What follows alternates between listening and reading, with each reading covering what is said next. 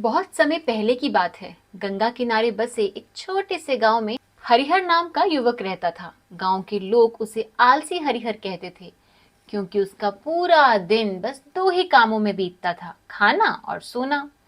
उसकी माँ दिन रात मेहनत करती, घर संभालती और उसका भाई खेतों में पसीना बहाता, मगर हरिहर को कभी किसी भी बात की चिंता नहीं होती थी। एक दिन भाई ने डांटते हुए हरिहर को कहा, हरिहर, जिंदगी यूं आलस में नहीं कटती, कुछ सीखो, कुछ काम करो। हम सब मेहनत करते हैं, तुम भी साथ दो। माँ ने भी स्नेह से समझाया, बेटा दूसरों पर बोझ मत बनो, मेहनत ही जीवन का आधार है।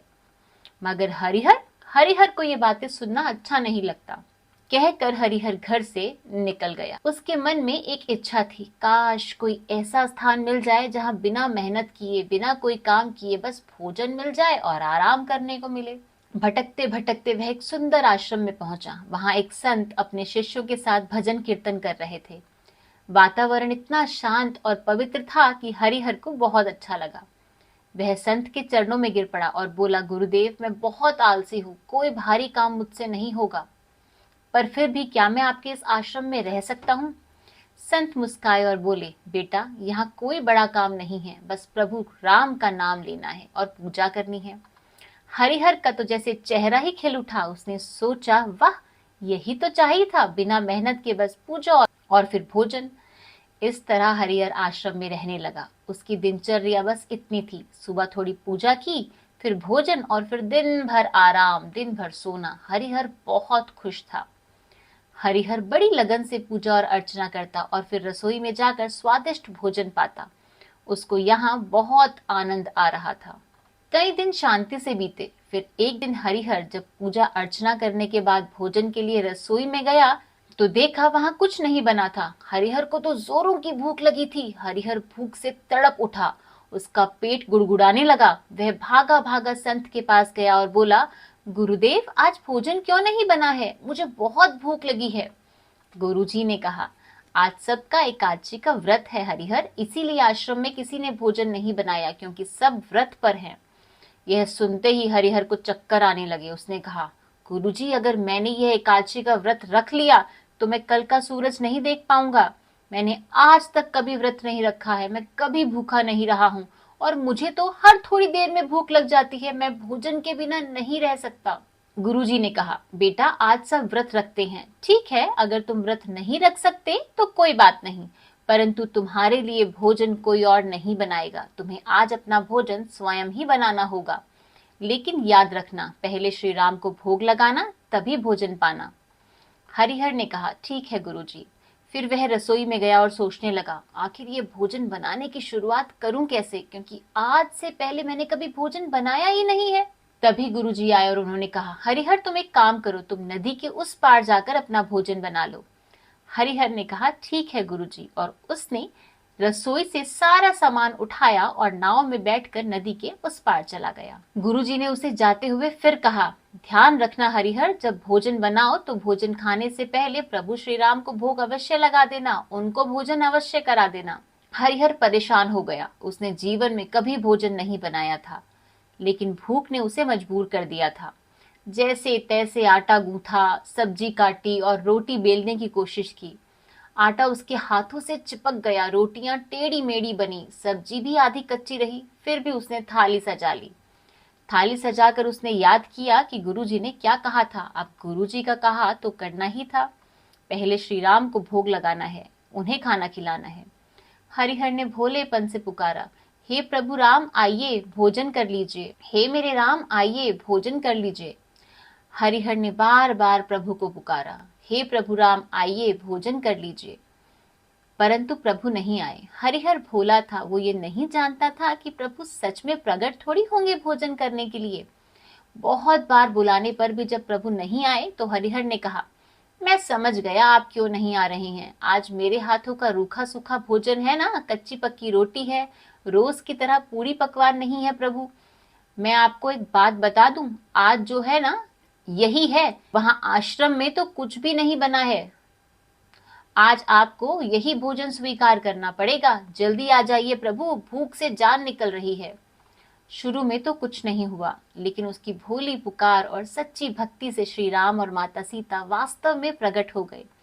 हरिहर ने उन्हें देखकर कहा, प्रभु कितनी देर लगा दी, भोजन ठंडा हो गया। हरिहर ने सोचा, अरे ये क्या, प्रभु राम तो माता सीता को भी ले आए, मैंने तो 2 ही लोगों का खाना बनाया था। फिर भी उसने दोनों को भोजन परोसा और भोजन के बाद कहा, हे प्रभु, मैंने तो 2 लोगों का भोजन बनाया था, पर आप माता सीता को भी ले गए। अगली बार कृपा करके बता दीजिएगा, ताकि मैं 3 लोगों का भोजन बना सकूं, क्योंकि मैं तो भूखा ही रह गया। हरिहर ने अगली एकादशी पर गुरुजी से कहा, गुरुजी आप मुझे ज्यादा अनाज दीजिए, प्रभु अकेले नहीं आते और मैं भूखा ही रह जाता हूँ। गुरुजी ने सोचा, हरिहर को ज्यादा ही भूख लगती है और अपने लिए ही ये ज्यादा भोजन मांग रहा है, और कहा, ठीक है, तुम ज्यादा अनाज ले जाओ। इसके बाद हर एकादशी पर यही क्रम चलता रहा। अगली बार फिर हरिहर भूखा रह गया, जाने अनजाने उसका भी एकादशी का व्रत हो रहा था। हरिहर पहले 3 लोगों का भोजन बनाता, फिर धीरे धीरे अधिक का, क्योंकि प्रभु हर बार अपने साथ और भी गणों को लेकर आते। हरिहर ने अगली एकादशी पर फिर गुरुजी से कहा, गुरुजी आप मुझे ज्यादा अनाज दीजिए, प्रभु अकेले नहीं आते और मैं भूखा ही रह जाता हूँ। गुरुजी ने सोचा, कहीं ये अनाज को जाकर बाजार में बेचता तो नहीं है, देखना पड़ेगा कि आखिर माजरा क्या है। इस बार गुरुजी भी हरिहर के पीछे पीछे चल दिए कि आखिर देखें माजरा है क्या। हरिहर ने सोचा, आज तो मैं पहले ही प्रभु श्री राम को बुला लेता हूँ और उन्हीं के आने के बाद ही भोजन बनेगा, हर बार तो मुझे भूखा रहना पड़ता है। उसने कहा, आइए मेरे राम, आइए आइए मेरे प्रभु, भोजन कीजिए। भगवान श्री राम अपने सभी गणों के साथ वहां आ गए। हरिहर ने कहा, देखिए आप कितने सारे लोगों को अपने साथ ले आए हैं, परंतु आज मैंने भोजन ही नहीं बनाया। सभी गण ने कहा, प्रभु हम तो यहाँ पर भोजन करने आए थे, परंतु प्रसाद तो अभी तैयार ही नहीं हुआ है। श्री राम ने पूछा, हरिहर तुमने भोजन क्यों नहीं पकाया? तब हरिहर ने कहा, प्रभु आप हर बार ज्यादा लोगों को लेकर आते हैं और मुझे भोजन मिलता ही नहीं है, इसलिए जब मुझे भोजन मिलता ही नहीं है तो मैं पकाऊं ही क्यों, इसलिए आप ही पकाइए और आप ही खाइए। यह सुनकर लक्ष्मण जी ने कहा, भैया अब क्या करना है? तब प्रभु मुस्काए और बोले, भक्त की इच्छा तो पूरी करनी ही होगी, हम ही रसोई बनाएंगे। श्री राम ने हंसते हुए लक्ष्मण से कहा, भाई लकड़ियां ले आओ। फिर माता सीता से बोले, सीते तुम आटा गूंथ लो, और स्वयं प्रभु श्री राम चूल्हा तैयार करने लगे। कितना अद्भुत दृश्य था। माता सीता स्वयं भक्त के लिए रसोई में खड़ी थी, आटा गूंथ रही थी, रोटियां बेल रही थी। यह देखकर सभी देवगणों की आंखें श्रद्धा से भर आई और माता सीता के हाथों से प्रसाद पाने के लिए सभी देवगण भी नीचे आने लगे। गुरुजी भी पीछे पीछे हरिहर को देखने आए। उन्होंने पूछा, हरिहर तुमने भोजन क्यों नहीं बनाया? हरिहर ने कहा, प्रभु राम और माता सीता स्वयं बना रहे हैं, मैं हर बार ही भूखा रह जाता हूँ, इसलिए इस बार उन्हीं को बोला है बनाने को। लेकिन गुरुजी को तो वहां कोई दिखाई न दिया। हरिहर ने अपना सर पकड़ लिया और कहा, एक तो भोजन पकाने के बाद भी भोजन नहीं मिलता, और प्रभु अब आप गुरुजी को दिख भी नहीं रहे हैं, कृपा करके गुरुजी को दिखाई दीजिए। तब श्री राम ने कहा, हरिहर मैं उन्हें दिखाई नहीं दे सकता, तुम्हारा भाव भोला है, तुम्हारे अंदर भोलापन है, और तुम्हारे इसी भोले भाव के कारण मैं तुम्हें दिखाई देता हूँ, उन्हें नहीं। हरिहर ने कहा, परंतु वे तो मुझसे बड़े पंडित हैं। प्रभु ने कहा, परंतु जो भोलापन और समर्पण का भाव प्रभु को अर्पित होना चाहिए वह तो तुम्हारे भीतर है हरिहर, इसीलिए मैं तुम्हें दर्शन देता हूँ, उन्हें नहीं। हरिहर ने कहा, गुरुजी प्रभु कह रहे हैं कि आपके अंदर भक्ति का भोलापन नहीं है, इसीलिए प्रभु आपको दर्शन नहीं दे सकते। यह सुनकर गुरुजी की आंखें नम हो गई। उन्होंने कहा, तुम सही कह रहे हो, मैंने सब कुछ प्राप्त किया, परंतु प्रभु की भक्ति में जो भोलापन और समर्पण चाहिए शायद वह मैं नहीं ला पाया। हे प्रभु कृपा करके मुझे भी दर्शन दीजिए। प्रभु श्री राम ने गुरुजी को दर्शन दिए। इसके बाद हरिहर आश्रम लौट आया और फिर अपने गांव अपनी माता और भाई के पास आ गया।